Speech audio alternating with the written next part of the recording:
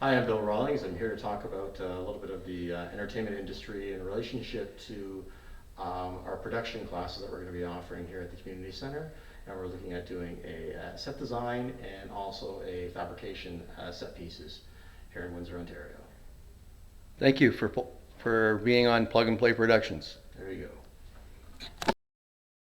Involved within the entertainment industry, and still today, to this day, I'm still probably heavily involved with a lot of the movies that are shot here, either one way or the other.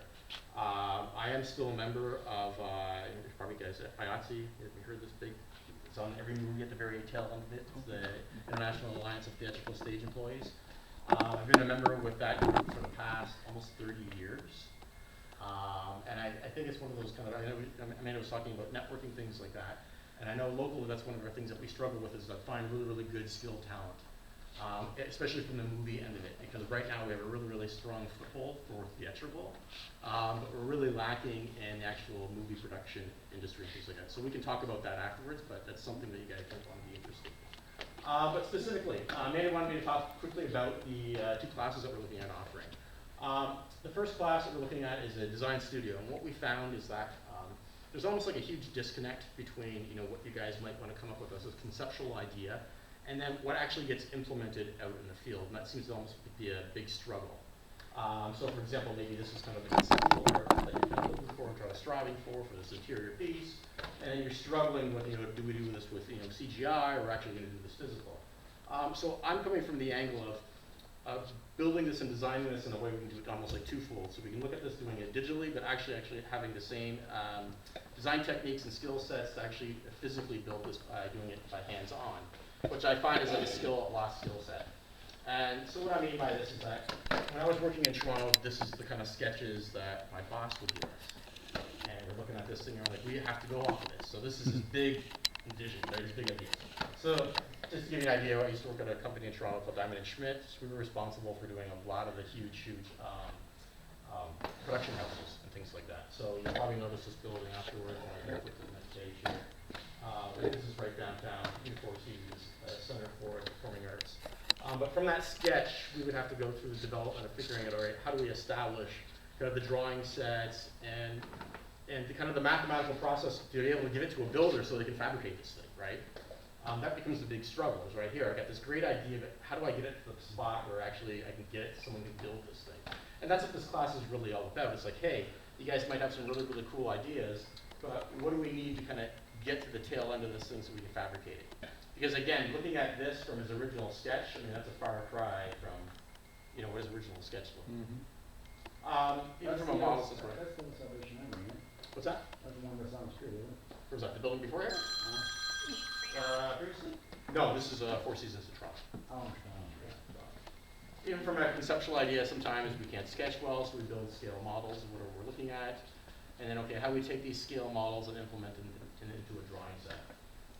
So the idea is that, okay, maybe we don't have the best drawing skills, and our stuff looks like, something that my 4-year-old or 5-year-old will draw. That's totally fine, right? It's an idea. And how do we take that idea and implement it into an actual set of construction documents? And again, we're not asking everyone in this class to be, architects or rock stars in that way, but it's the idea of being able to communicate a basic drawing set to have someone fabricate it, and that's what we're really trying to do with this class.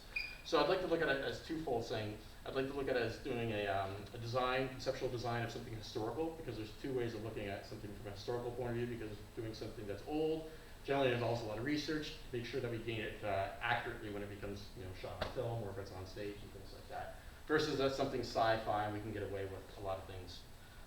So I have a huge difficulty watching movies because my wife will always smack me and she's like, "Oh, what are you watching?" And I'm like, "I'm just checking to see if they actually have it accurate. Have they actually gone and done the real research on it?" And what I find recently is that most of the movies that I watch, they're like almost like hundreds of years off. They're totally in the wrong period. Yeah, and it happens, right? And again, you get junior people on the set and they're designing things and they're grabbing certain items and it just doesn't make any sense. Right, so some of these kind of quick sketchy ideas and things like that, but the intention is that we'd like to eventually get some of the details. So these are some historical kind of precedent studies and things like that about how facades should look, and maybe you guys are doing like an old historical room and you want to make sure that it's a correct piece, right? I don't know, maybe you guys are going to set this thing on fire afterwards or blow it up, I'm not sure. But the some of the historical drawings that we can actually get from the States online, which is fantastic. Mhm. Now, the beauty of this is that we're not actually gonna construct this to, physically, but the reality behind it is that we're gonna construct it in a way that it looks good for camera. I know when we're building some of our 3D models in Toronto and things like that from a digital point of view, our boss would always look at it, okay, you've got to build the entire physical model. And we're like, well, no, you're only going to have one camera shot. So why do we need to construct the entire model? You're wasting all this time by constructing all this, when it's the same thing as a movie set, right? So the same thing with these details, that we're only pulling out the information that we need to actually get your locked-in shot. We don't need the stuff in the background or whatever you're going to see. I mean, it'd be great to have it, but the reality behind it is that we're probably not going to use it. So those are some of the kind of the items that we're going to be looking at in the classes. And okay, what can we capture from a historical point of view, replicate it, draw it correctly, and then be able to kind of convey those ideas to actually get it fabricated. The other struggle I find is that there's certain drawing conventions that we should all be aware of. And I know this is one of the snoozers, and even when I teach this at the college and things like that, students are like, oh, I need to learn this. Right? The conventions are there to help us to execute the project in the end, right? So there's wall tags, there's section tags, there's certain orientation of how the drawing should be laid out. Those are things I'd like to go over in the class to inform you guys. And what I find is that these are great transferable skill sets. Even afterwards, you take 5 years and you're like, guess what, I don't want to do film anymore and things like that. These are amazing transferable skills that we've seen a lot of our students go into yacht design and film design course. More furniture design and product design, but the same kind of notations and things like that we use across the board for anything that we're working on, even from the manufacturing point of view. So these are kind of simple things that we can go over and give you guys a kind of briefing on so everyone's a little bit more informed on it, things like that. So for example, layouts and things like that. These are just some of the kind of the typical layouts that we pull up from some of our drawing sheets. I know we're not going to have tons of time to do that in this class. But the idea is that as long as you're informed of it and understand and know where you can kind of go afterwards to find this information, I find that's very, very helpful on your long-term skill sets that you guys are going to be looking for and striving for. I'll give you an example right now is that even with our local entertainment union, we struggle with some of our team members when we come in and Cirque du Soleil comes in and they've got to set up an arena. And they'll pull out a drawing sheet and go, okay guys, you guys have to lay this out. And we've got members that just struggle with looking at the drawings, right? And it's our responsibility to build what these drawings have. We've got, 4 hours before a show goes on, right? And so they're ticking, guys are yelling and screaming. So it's important to kind of have a good understanding of it. So whether it's film or in the entertainment industry or looking at architecture, even highways, it's the same kind of concept that, to get across with you guys. Some other different kind of forms and details and things like that we're looking at here. Just notations of materials.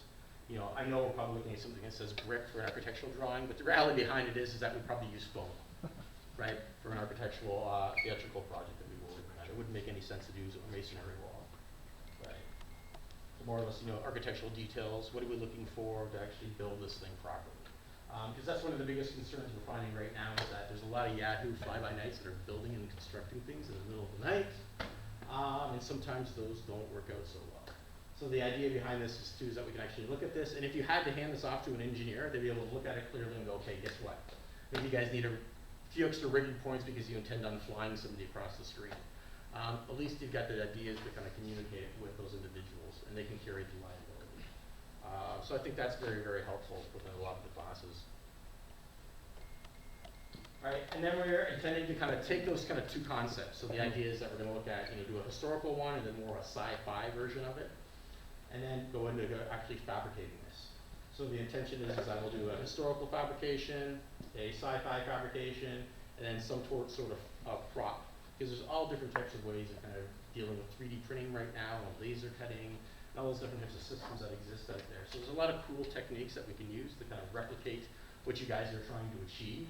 We're going to go through an experiment with a whole bunch of those so you can kind of see how they get executed and how you can kind of have deliverables in the end for your cool kind of movie shoots and things like that. This is just one of those kind of interesting shots. This is from, of course, the Millennium Falcon, big Star Wars guy. And I was always just amazed that, when you go back and you look at all the set pieces of these things, I mean, it's really, really, really amazing, right? And I find this is one of the struggles right now with CGI, through the conversation, is that the struggle with the movies are getting produced so quickly is that they don't have enough time to work on the CGI, so the lighting might be a little bit off, or there's not enough detail. Whereas back in the olden days, it's like a good model worked really, really, really well. So these are kind of some of the skill sets I think that need to come back into the industry quite a bit. Because it's a lost art, right? People are constantly on their phones or on their computers. Sorry, film people, they're always on editing suites. But it's really good to get your actual hands dirty and get some slivers and things like that, and actually get some physical models built. So the idea is that we're going to actually build a full-blown kind of mock-up space, whether it be an interior of a spaceship or some kind of room, whatever you guys are going to design. We'll work with this and do a full-blown mock-up. That way you can kind of see some of the different variations of getting vinyl cut versus something getting laser cut, CNC cut, and see how those things all get fabricated and put together from the construction documents to the actual fabrication of the piece. And the intention is that we're going to do it one of the rooms down here, and that way you guys will have it afterwards, do whatever kind of various kind of shoots within that. Right, from that point, we're going to look at variation of something smaller, right? So the smaller idea is that we're going to be looking at taking, the idea of also 3D printing. So you can look at taking some of the 3D software that we use. I know some of you guys are probably familiar with SketchUp, but there's a whole slew of different types of software out there. And the cool thing is that whatever you guys can draw on the computer, we're going to instantly get it fabricated or printed and replicated multiple times, which is pretty awesome nowadays. And then looking at, something that's really, really historical and figuring out, okay, how do we fabricate something like this in a set piece that, we're not gonna build the entire castle. We might do kind of a small corner and things like that, but get you guys familiar with the techniques of replicating brick from, doing a foam overlay versus a silicone mold, just so you're aware of the different techniques that are out there, right? And there's always something new and latest and greatest and things like that that are happening within the industry, but it's always helpful to tap into other resources that you guys might have, and then use those and exploit them to see what you guys can come up with. So this will be pretty interesting. And then in the end, what we're really trying to do is to stay away from this.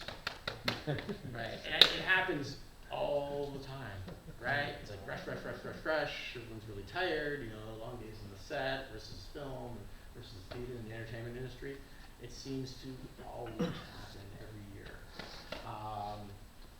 So yeah, this is kind of pretty scary, but it's something that we can avoid, and that's one of the kind of the details and things like that I'd like to look at within the kind of the architectural drawing sets that we're going to be going through. You went down the stairs at the wrong time. Yeah.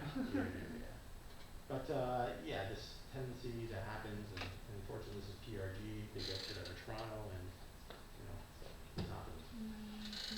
You guys rent any equipment from PRG at all? People are, so many people know, not so much. They're huge. PRG is like gigantic. So if you're looking ever for rental houses, these guys are the guys that go after for rentals. Have you been a part of, Have I been a part of a disaster? Yeah. Just physical disasters on stage with other entertainers. Okay. That's okay. it. So being in the magic industry, I was always having to design like props and things like that. So the problem was is that you get to a point designing the prop, and then they're like, well, the actor couldn't actually use the prop, so they're like, well, you have to do it. Okay. So I'd get thrown into it. So the worst disaster I ever had was we had the, I don't know if you guys are in Detroit Lions in the States. There used to be a character called Huddles. And Huddles wasn't doing so well. He was the mascot, and he was a fuzzy little lion and things like that. He was cute, and he was failing like completely. So they're like, you know what, we need to kind of revive Huddles, and Huddles became Rory. But they wanted to introduce him on Monday Night Football, 110,000 kind of people in the stands. So I show up there with this prop, deliver it, drop it in the middle of the field. And they're like, well, you don't know how to use this thing. And I'm like, well, I just designed it. You guys have to do it. They're like, we're nervous, we can't do it. So I strapped Huddles on. I had to go out there in front of 10,000 people and perform this kind of act where Huddles disappears forever and Rory's there. And in the meantime, I remember walking it on stage and getting clipped by one of the football players from the opposite team. Yeah, so you can imagine these big giant heads and you get smacked over on stage. Yeah. So that always happens, or playing a double because the magician at the time is totally loaded up with a lot of their dubs and things like that. Where I had to basically duplicate them. So yeah, it happens where you get involved in a lot of the backgrounds on the set pieces and things like that. Did you do any set design in Windsor? What's that? Did you do any set designs in Windsor or anything like that? Caesars Windsor, done a bunch of stuff there. from coffins, designs there, from miscellaneous shows, the guillotines and things like that. A lot of awkward pieces. So I usually get involved in all the stuff that no one wants to build. Right? Even from an architectural point of view, it's like, guess what? It's just like, no one else wants to kind of even touch it, so I get kind of stuck trying to fabricate it and figure it out. Which I thoroughly enjoy because it's a huge challenge. What's that? No, that's the problem, right? Oh, you already did this one, Yeah. it's gonna cut it 3 times as much. Yeah, so the zombie movie that was shot recently in Windsor here, I worked quite a bit on that. Or the Sway production movie that was shot last year, I worked quite a bit on that kind of film set that was there. So yeah, I usually try to get heavily involved into stuff that's, a little bit more of a challenge. Were you part of like the miniature designs for? No, the full blown, Okay. kind of the giant UFO crossing the Okay, field cool, and, cool. inside the spaceship and things like that. With the Sway Productions, trying to hang somebody off the side of a cliff. Any of that kind of weird, wonky stuff that no one else wants to touch. I'm like, hey, I'm stupid enough, I'll go ahead and do that. Yeah, we figured this is a really kind of cool class to give you guys some opportunities. Go out there and, challenge yourself and learn a little bit more. Yeah, and I can build on a job site. Any questions on the classes at all? No? Any special? Oh, sorry, go ahead. So in the class, will you talk about like how to source materials, where like it won't be like you don't need like really expensive material to get the same look that you want? Oh, 100%. Okay. 100%. Because that's always one of the biggest things, right? Someone Right. comes to you and they're like, hey, guess what? We don't have a budget of this. Yeah. Right? And you're like, all right, how do we achieve this? What's the shot? What are we looking at? How do we achieve, how are we going to look at this? Yeah. So there's a lot of times you're at the Buck or Two store, I'm down in busy the right now, village, I and wherever you can't can find, Mhm. and you squander sales yards and things like that. Yeah. So I always find it helps to kind of talk to local people that might have, insight onto getting certain items and things Sure. like that. Okay. But yeah, it's always a good idea to kind of figure out what other people have or their interests are or hobbies are, because you never know what they're going to have floating in their garage, right? That they just want to get rid of. Yeah. So I find that helps quite a bit. A lot of movies like depend on 2Ds and lighting, just to we don't need to build like. Yeah, the whole set. A perfect Yeah. example is that when we're doing a lot of the set pieces, we don't need to build ceiling whatsoever, right? But we need to extend the walls because you just might have that camera shot that dollies up, and then it's like, oh gee, you're gonna see behind the set piece, right? And that's the problem is that when I'm watching a movie, that's all I'm staring at. It's like, oh, here's the light come in. Oh, there's the back of the set, and you see it all the time. That the average person, totally gets blurred out. One of the worst things when you start working in the movies, like in industrial, that you will not enjoy the movies anymore because all the time, like, oh, it's 4 o'clock. Oh, a jump cut here. Oh, it's the decoration. It's like Yeah. it's like seeing the strings of I a forgot marionette. to enjoy the movie. It's Yeah. I mean, one of the things I struggle with, at least from a lot of the film people I work with, is that the idea of scale. And I'm not sure if you guys have ever seen the movie Spinal Tap, where they Stonehenge is supposed to be built on stage. The problem is that the designers, I don't know what happened is they put, they're supposed to be feet and actually read inches. So they built Stonehenge and it Oh was my like God. 5 feet round. So they had to hire dwarfs to dance around Stonehenge so it looked properly to scale. So yeah, I see that a lot, right? Whereas you have this amazing shot and you're looking at it like, yeah, there's absolutely no way that's the scale, right? So I think that's a huge struggle is looking at something, you have big dreams, so it's like once we actually sketch this thing and get to the architectural drawing set, it's like, oh, that's how it has to get built, or oh, that's what we have to kind of go with material-wise.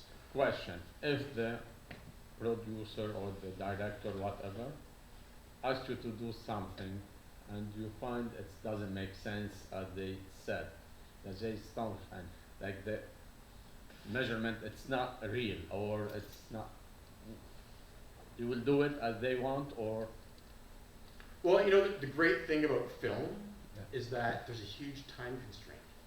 So there's someone on the other line saying, guess what, you gotta get this done in a couple hours, right? So it's gonna give within a matter of time. From an architectural end of it, oh gosh, we got years, right? If it's not built, right? Tear it all down and rebuild it again. But generally in film, it's so cutthroat right now, it's so fast paced that we don't have a lot of time to kind of fabricate this stuff whatsoever. For the class, is there a particular skill set that you should really have coming into it, or any particular like tools that you should have coming into the class? Absolutely not, and that's why we wanted to keep kind of the building section of it at a general level, because again, we've got people that have never picked up a hammer before or a skill saw. And so that's one of the biggest challenges I find, even for example at the college, is I get thrown in with a class of 40 students and they don't even know what a saw is from a hammer, and we're trying to get executed to a final piece. So that's what we go over the first couple classes, is I get you guys totally familiar with what the skills are with each piece of equipment, and that way you totally feel comfortable with it. Right? Because it's one thing to go in there and totally be nervous holding a saw and things like that. But once you feel comfortable with it, of course your skill sets are going to improve, and the set pieces are going to look pretty, slick in the end when you guys fabricate those. Yes. Do you do production design and like say pre-production, working with storyboard folks, building maquettes and all that kind of stuff as well? I try to get involved as soon as possible, because I find that if I wait too long and it gets to a point where like they're so caught up in the actual like the maquette or the design of the piece, they don't want to stray from it. You're like, this is impossible to get built. You've Right. got to work with the costume to make sure the curtains match the drapes and the Yeah, whatever. 100%. And, So as long as I can get my nose in the door from the beginning, Yeah. I'm usually okay. I mean, kick me out of whatever meeting that you want, but as long as I'm on board, at least it's okay, and I can kind of get by all those kind of issues that they might have. I've been on set with, this just, it looked amateur, this castle, but the choreography was in the middle, so you never actually had the castle in focus, and you could see it was all styrofoam when you're standing there, but on camera it looked absolutely gorgeous. And that all comes down to lighting and just, making big, broad strokes in the background, building this giant set that, is far from good, but good from far. Right. I mean, one of the challenges we had with last year when we built the set was supposed to look like a medical room, but the shots that they had dolly shots all around and things like that. So we had to design it in a way that we could hide the scenes in the corner of the rooms. Yeah. Because each half an hour, they'd have to pull off an entire room, but we had to detail it correctly. Right? So I mean, they thought it was great, easy peasy. So we're looking at it and we're like, no, you got to introduce some kind of column in the corner to mask that corner. That one we can probably drywall and hinge, but the other one, can we put a old pipe in there, and that way you can mask from your shots. And again, when I saw the movie afterwards, I mean, you can pick up on a little bit of stuff, but no one, general public, never ever notices it. Tricks of the trade, smoke and mirrors, and Yeah. Depth of field. It's easy to fixes spot when you everything. know what you're doing. What happens to the set when you're done with it? That, Unfortunately, a lot of them just get destroyed or donated. prop sales. Yeah, prop sales. Best deals on the planet. I think Windsor's will be like a really great opportunity where we can start salvaging and saving a lot of its equipment. But over the past few years, it just, basically fire sale. No, I got one more for that eBay. I was talking to Amanda about setting up a prop house here. That'd be interesting, I think. Yeah, there's always been discussion. I know in Detroit there's a handful of them.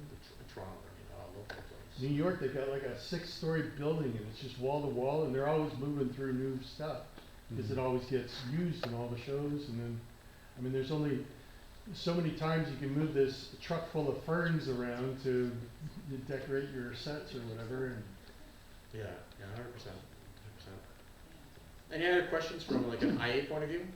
IATSE point of view? Everyone's like, oh, When'd you get started? that's IATSE? Yeah. So it was the strangest thing, because it wasn't actually even through my connections through like my brother or my father at the time. I was really big in the rock climbing when I was young.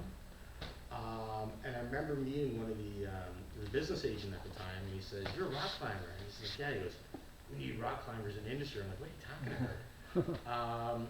So for anything that was overhead rigging, they needed people to climb. Okay.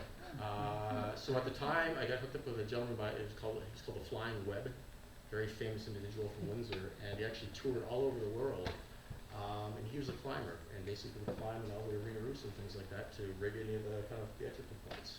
So that's how I got directly involved. It was going up there, and I was fearful at that time. I would pull up rope, pull up the chains, lock everything in, and they're ready to go, and then tear it down at the end of the shoot. And then that kind of bridged into other work and things like that. So. How long have you been doing this for?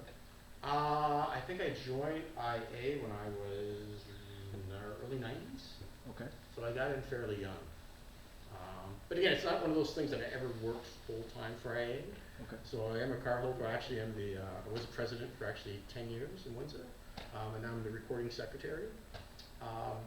But yeah, it's one of those things I don't do the thing full-time. Mhm. Architecture is Sure, basically my full-time thing.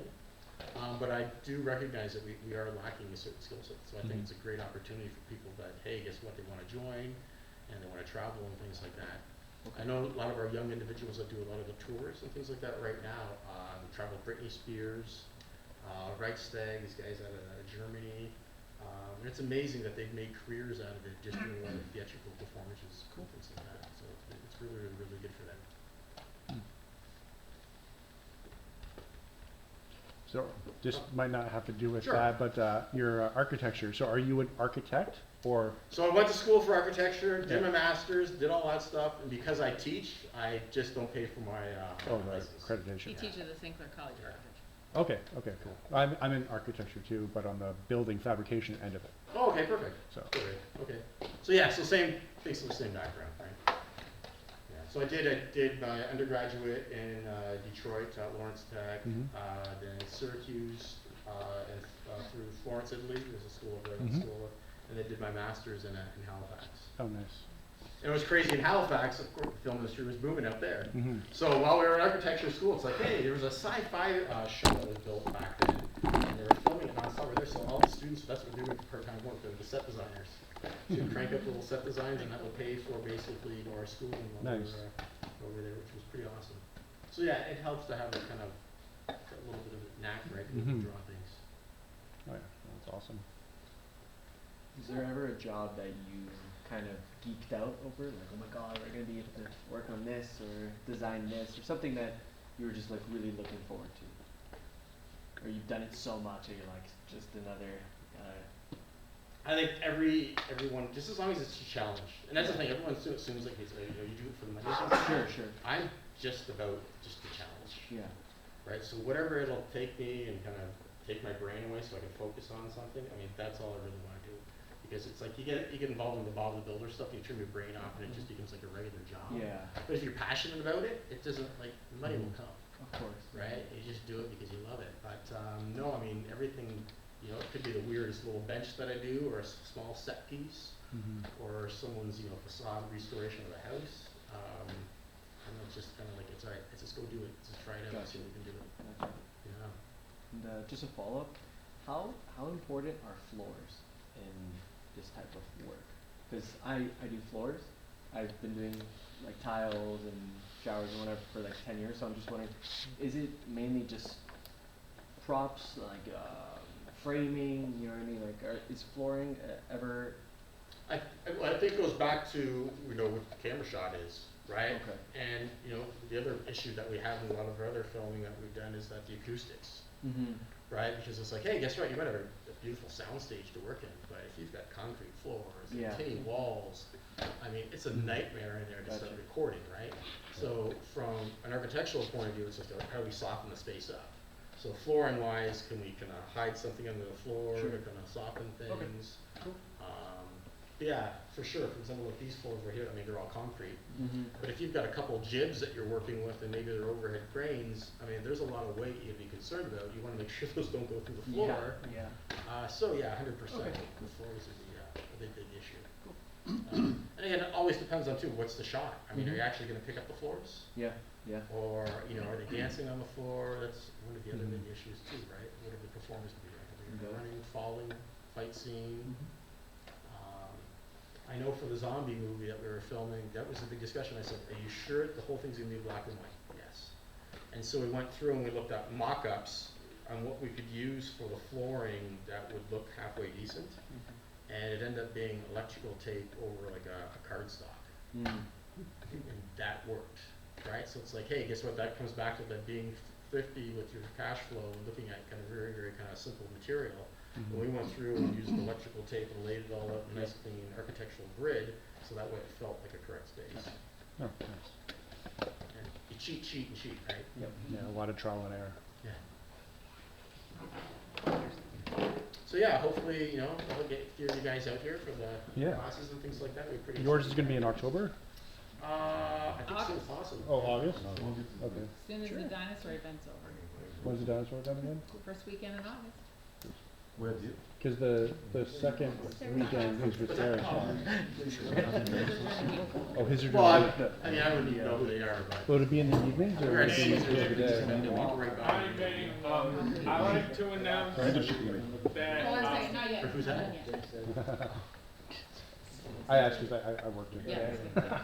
it may be good, Okay. because it's 21 hour course. Oh, boy, yeah. Okay, so thank you, I'm trying to figure that out. Thank you. Thank you, guys.